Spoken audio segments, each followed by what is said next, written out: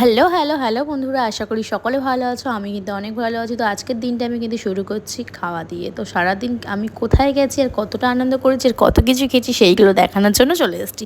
তো আমি 2 থেকে 3 বার কিন্তু আইসক্রিম খেয়ে নিচ্ছি, তারপর খেয়ে নিচ্ছি গরম গরম চা। আর গরম গরম চা কোথায় খাচ্ছি বন্ধুরা? খড়িবাড়ি।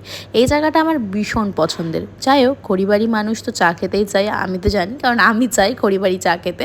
তোমাদের কার কার খড়িবাড়ির চা পছন্দ তারা কিন্তু অবশ্যই কমেন্ট করে জানাবে। আর আমার সঙ্গে কে কে খড়িবাড়ির চা খেতে যেতে চাও সেটাও কিন্তু জানিয়ে দিও কমেন্ট করে। যাই হোক, আমি কিন্তু ওখান থেকে চলে এসেছিলাম কোথায়, আমি কেন বলবো, চলো আমার সঙ্গে আমিও যাব, তোমরাও দেখে নাও। আর এই জায়গাটা থেকে কে কে চিনতে পেরেছো অবশ্যই কমেন্ট করে কিন্তু বলো। আর যদি আজকের ভিডিওটি ভালো লেগে থাকে তাহলে কিন্তু অবশ্যই লাইক, কমেন্ট এবং শেয়ার করতে ভুলবেন না। যারা ইউটিউব থেকে দেখছেন তারা কিন্তু সাবস্ক্রাইব করতে ভুলবেন না। যারা ফেসবুকে আছে তারা কিন্তু please please please please please follow করে দাও। যাই হোক, তো চলে এসেছি আমি বকবক করতে করতে পিৎজা হাট। আর পিৎজা হাটে মানুষ কী করতে আসে? পিৎজাই খেতে আসে, তো সাধারণ ব্যাপার। তার চলো আমি কিন্তু পিৎজা হাটে কি সত্যি কি পিৎজা খেলাম না হলে অন্য কিছু করলাম সেটা তোমরা কিন্তু দেখো।